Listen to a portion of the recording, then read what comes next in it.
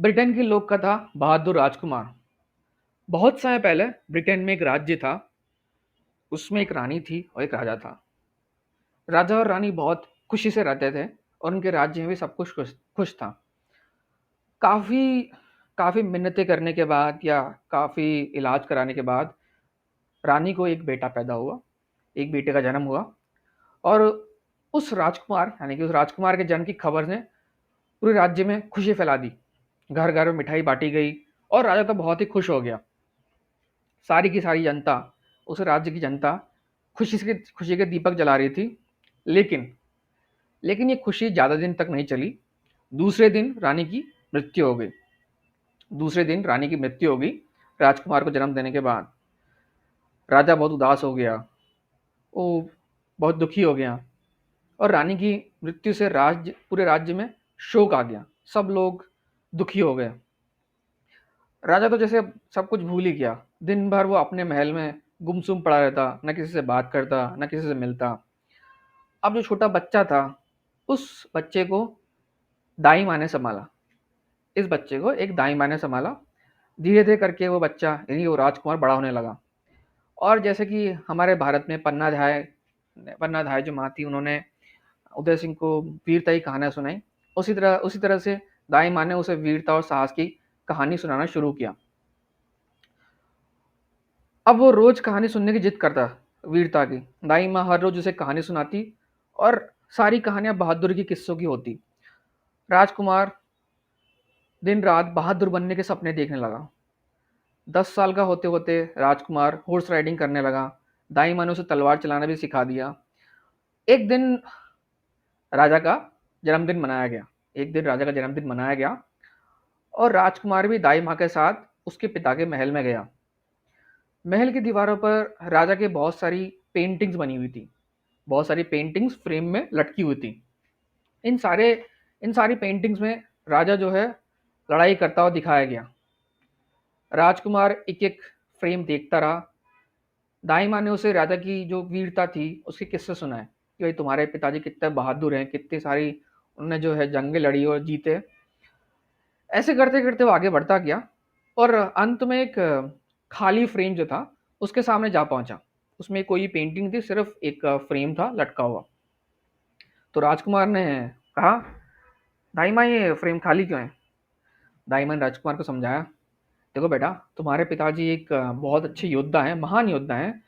इन सारी पेंटिंग्स में तुम्हारे पापा की बहादुरी की कहानियाँ हैं। ये जो आखिरी फ्रेम है, ये जो आखिरी फ्रेम है, ये आखिरी शत्रु, आखिरी दुश्मन के छोड़ा गया है। जब उससे तुम्हारे पिताजी जीत जाएँगे, तो ये फ्रेम भी खाली नहीं रहेगा। राजकुमार बड़ा क्यूरियस था, उसने पूछा, वो आखिरी दुश्मन कौन है दाई माँ? राजकुमार, दाई माँ ने कहा, पहाड़ के पीछे एक राक्षस रहता है। पहाड़ के पीछे एक राक्षस रहता है। वह किसी देश की राजकुमारी को उठा ले गया है। वह किसी देश की राजकुमारी को उठा ले गया है और जो राजकुमारी जब बड़ी हो जाएगी, तो राक्षस उसे खा जाएगा। राजकुमार ने फिर पूछा, दाई माँ, क्या उस राक्षस से उस राजकुमारी को छुड़वा नहीं सकते हम? उसको आज़ाद नहीं करवा सकते? अम, दाई माँ ने कहा, हाँ, हाँ, क्यों नहीं, कर सकते हैं। कहते हैं कि अगर उस राक्षस को किसी खेल में लगा दो या उसका दिमाग जो किसी खेल में लगा दो, तो वो सब भूल जाएगा और तब राजकुमारी को छुड़वा सकते हैं। लेकिन ये काम बहुत कठिन है। राक्षस को खेल में लगाना, उसका मन लगाना काम बहुत कठिन है। राजकुमार ने ये सब सुनकर मन ही मन राजकुमारी को छुड़ा कर लाने का डिसीजन ले लिया और वो सोचने लगा भाई कौन सा खेल। तभी उसको अपनी कांच की गोलियां याद आ गई। कांच की गोलियां याद आ गई। उसने सोचा क्यों ना भाई राक्षस को कांच की जो गोलियों का खेल होता है, अंटियां जो होती है हमारे देश में, अंटियों के खेल में उसको उलझा दिया जाए। रात भर राजकुमार जो है राक्षस को कंट्रोल करने की बात सोचता रहा। कैसे उसे कंट्रोल करूं, कैसे उसे कंट्रोल करूं। सुबह जब सुबह सूरज उगने से पहले ही बिना बताए वो तैयार होकर चल पड़ा। चलते समय उसने जेब में कांच की गोलियां भी रख ली और अपने घोड़े पे सवार होकर चल दिया। वो चला जा रहा था। रास्ते में एक चूहा जो है घोड़े के पेड़ पर चढ़ गया। रास्ते में चूहा जो है घोड़े के पेड़ पर चढ़ गया। अब क्या था, घोड़ा और तेजी से और दौड़ने लगा।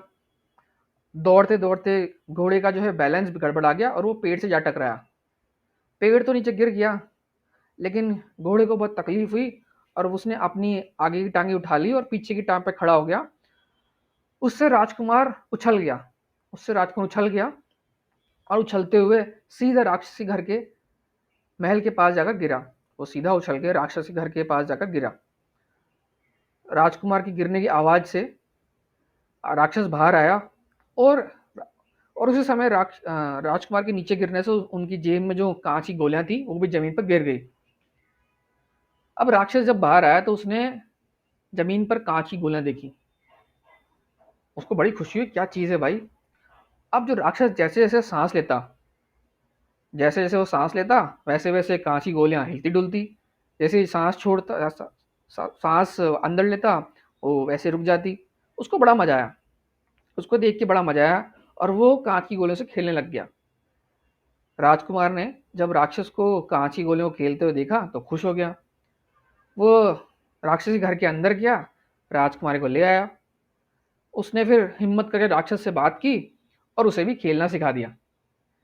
अब राक्षस बहुत खुश हुआ, वो फुल टाइम कांच की गोली से खेलता रहता और उसने राजकुमार से भी दोस्ती कर ली कि भाई इसने मुझे खेलना सिखाया है।